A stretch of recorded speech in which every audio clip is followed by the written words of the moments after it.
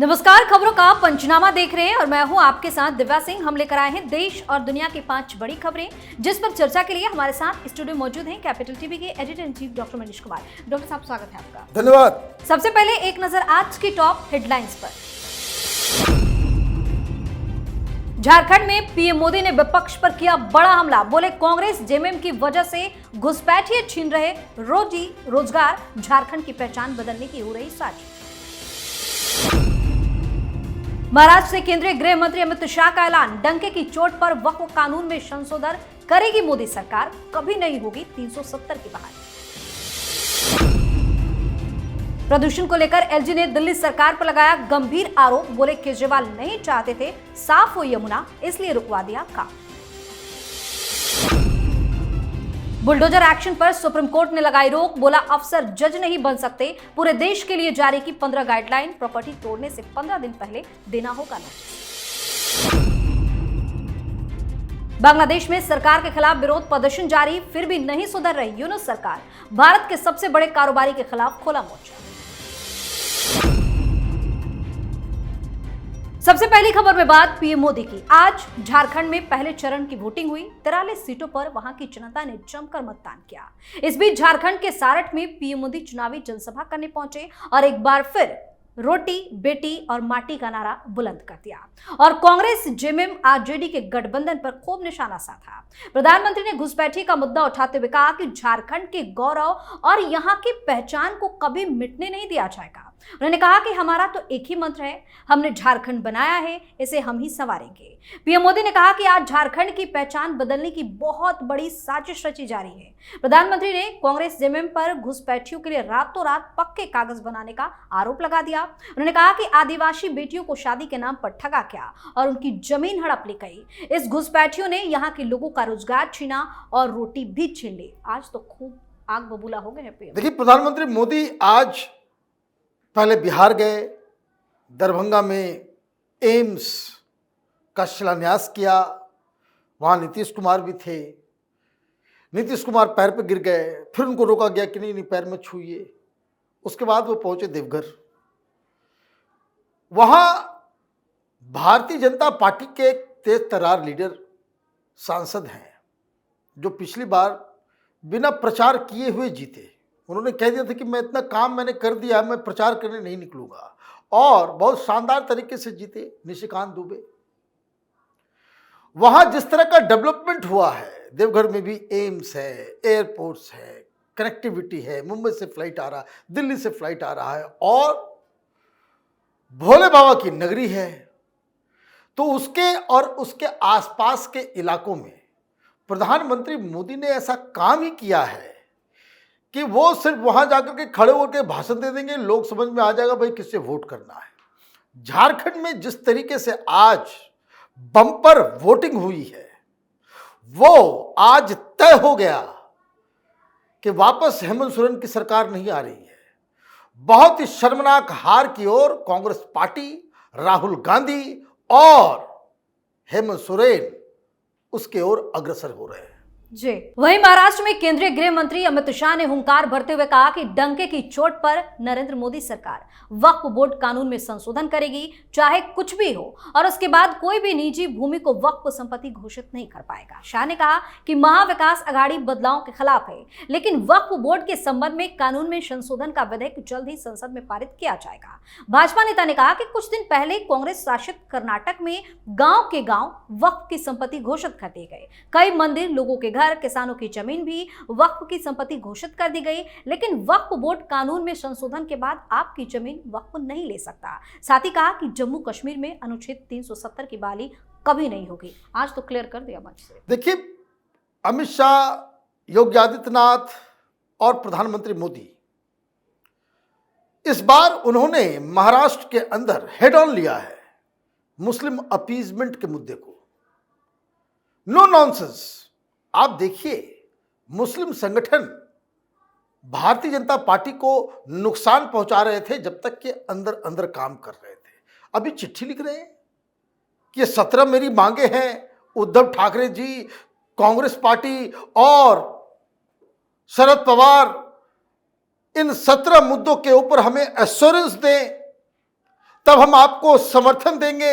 आज समर्थन के लिए नोमानी साहब बकायदा प्रेस कॉन्फ्रेंस करके वो बता रहे हैं कि 269 सीटों के ऊपर मुस्लिम समाज जो है वो महाविकास अघाड़ी इंडिया अलायंस को वोट करने जा रहा है। आप इससे ब्रेजन ओपन अपीजमेंट क्या हो सकती है? आप करो तो सेक्युलरिज्म। तो प्रधानमंत्री मोदी, ये योगी आदित्यनाथ या अमित शाह, ये क्या वहां पे भंडारा खोल के बैठे हुए? ये लोग राजनीति नहीं कर रहे हैं। तो ये तो आज ओपन खेल हो चुका।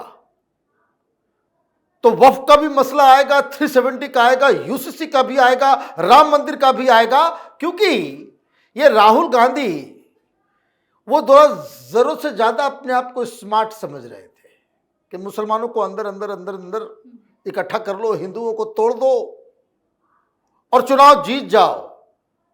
हरियाणा में ट्रेलर था, महाराष्ट्र और झारखंड में फिल्म का फर्स्ट हाफ जो है वो दिखने को मिलेगा। जिस हिसाब से हिंदुओं को मोबिलाइज किया जा रहा है, ये काम अगर लोकसभा के चुनाव में भी अगर कर दिया होता तो भारतीय जनता पार्टी को 240 नहीं 340 सीट आई होती अकेले। जी, इस खबर में बात केजरीवाल की। यमुना नदी की सफाई एक ऐसा मुद्दा है जिस पर दिल्ली की सरकार अक्सर कटघरे में रही है और अब दिल्ली के उपराज्यपाल वीके सक्सेना ने यमुना में प्रदूषण के लिए दिल्ली सरकार को जिम्मेदार ठहरा दिया है। एलजी ने कहा कि एनजीटी के निर्देश पर जनवरी 2023 में उनकी देखरेख में यमुना की सफाई शुरू हुई थी। तत्कालीन मुख्यमंत्री अरविंद केजरीवाल को लगा कि उन्हें इसका श्रेय नहीं मिलेगा, इसलिए 6 माह बाद सुप्रीम कोर्ट जाकर इस काम पर रोक लगवा दिया। यदि यह काम जारी रहता तो आज यमुना की स्थिति कुछ और होती। साथ ही कहा कि यमुना की सफाई का काम रुक गया, इससे देश और समाज का बहुत बड़ा नुकसान हुआ है। आज तो एलजी साहब ने भी बोल दिया। देखिए, अरविंद केजरीवाल ये काम करने वाला व्यक्ति नहीं है। इसको 2 ही चीज आता है, प्रचार और भ्रष्टाचार। तीसरा कोई काम नहीं। इसने आज तक जीवन में कुछ किया ही नहीं है। यह अपने आसपास कुछ लोगों को रखता है, उनको टोपी पहनाता है, उनसे काम करवाता है और ये अपना प्रचार करता है। यही इसका धंधा रहा है। बहुत क्लोज क्वार्टर से मैं जानता हूं, इसलिए मैं कह रहा हूं। सरकार भी चली, मनीष सिसोदिया काम करता रहा, थकता रहा बैल की तरह, और सारा क्रेडिट केजरीवाल सरकार का। भाई तुम्हारे पास ना मंत्रालय, ना डिपार्टमेंट, ना विभाग, कुछ नहीं। तुम सिर्फ चमड़े की मुंह को जो है वो इस्तेमाल करने आता है, भाषण देने आता है और क्रेडिट सारा ले जाने का। तो चाहे वो मामला यमुना का हो, पोल्यूशन का हो, सड़कों की सफाई का हो, मरम्मत का हो, इंफ्रास्ट्रक्चर का हो,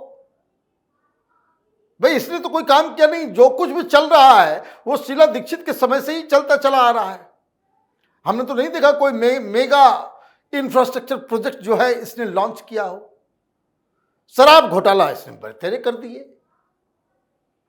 जो काम करता है उसमें कटमनी, भ्रष्टाचार ये निहित होता है। तो मैं कह रहा हूं कि प्रचार और भ्रष्टाचार, तो एलजी साहब कोई नई बात नहीं कह रहे हैं।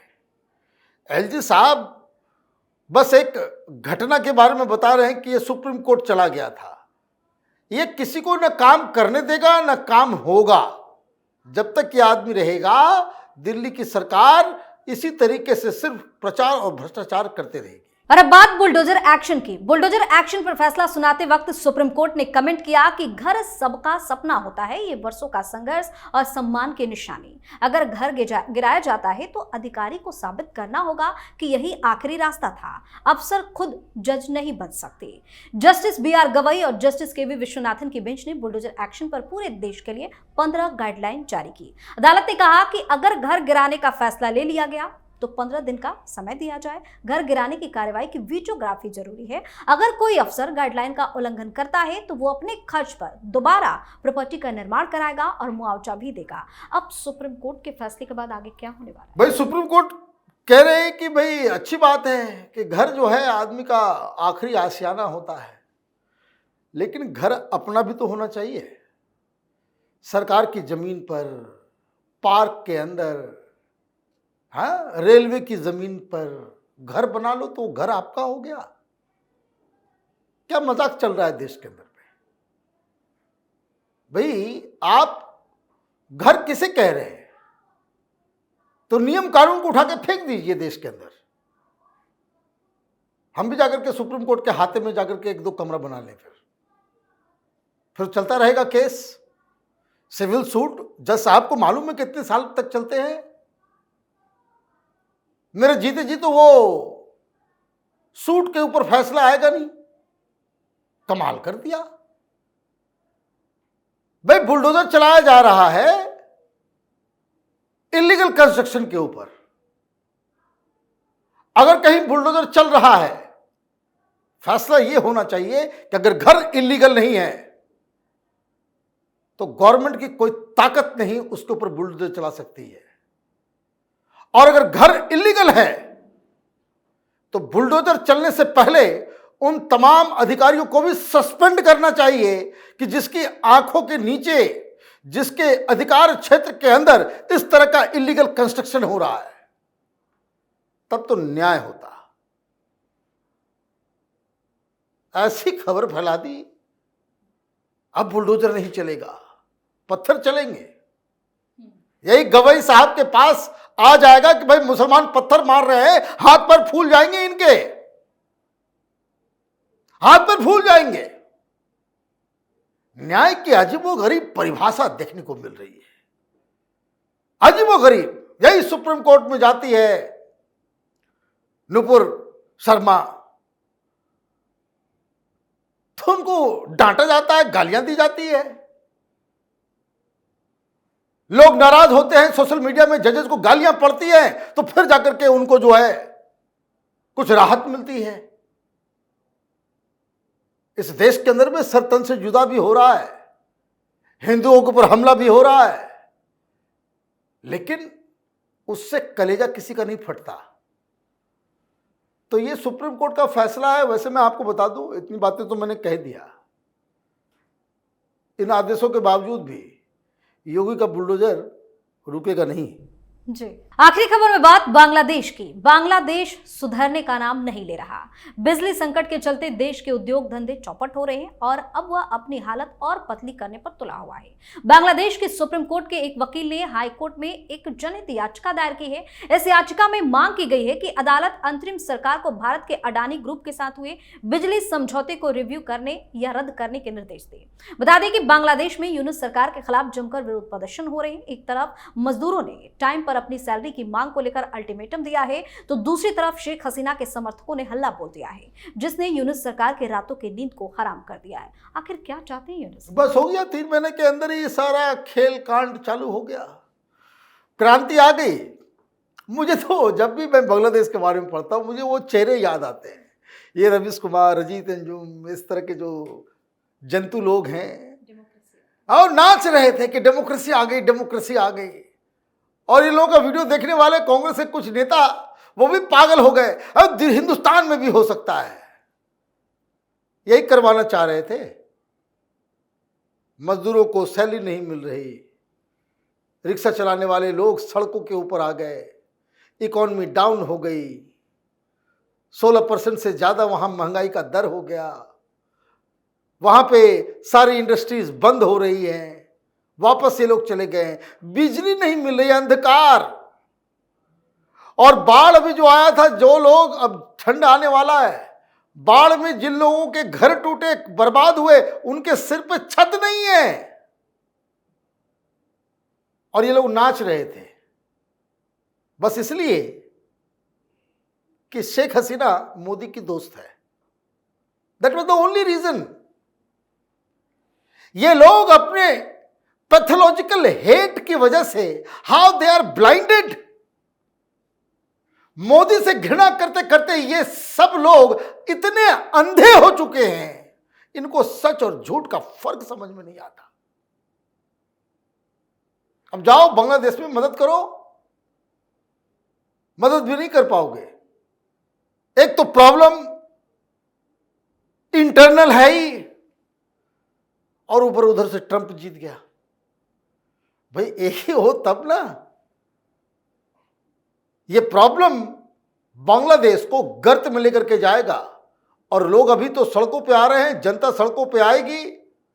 शेख हसीना को वापस वहां प्रधानमंत्री की कुर्सी पर स्थापित करना पड़ेगा अगर देश को बचाना है तो। बहुत बहुत धन्यवाद सर तमाम जानकारी के लिए। धन्यवाद। खबरों का पंचनामा में आज के लिए इतना ही। देश और विदेश की बाकी खबरों और उनके सटीक एनालिसिस के लिए देखते रहिए कैपिटल टीवी। हमें लाइक कीजिए, शेयर कीजिए और हाँ, कैपिटल टीवी को सब्सक्राइब करना बिल्कुल ना भूलें। धन्यवाद।